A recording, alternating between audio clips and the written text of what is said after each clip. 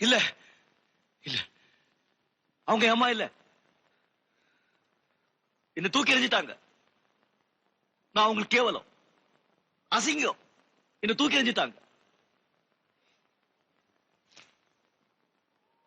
நான் அப்ப சொன்னேன், நான் அவரு கூட கேட்டேன். இவங்க அம்மா இல்ல. என்னை காவலன் எடுத்தாங்களே, அவங்க என் அம்மா. நான் பசில சாகும்போது சாப்பாடு போட்டாங்க இல்ல, அவங்க எல்லாரும் என் அம்மா. இவங்க அம்மா இல்ல.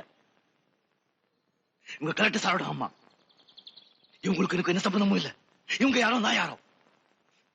இவங்க நான் பார்க்க கூட ஆசைப்படல. நடந்தது அவ தப்பில்லை, யாரோ செஞ்ச பாவம். அவளுக்கு அப்போ 14 வயசு தான் இருக்கும். என்ன செய்யறதுன்னே தெரியல. உன்னை வச்சுக்கவும் முடியல, கலைக்கவும் முடியல.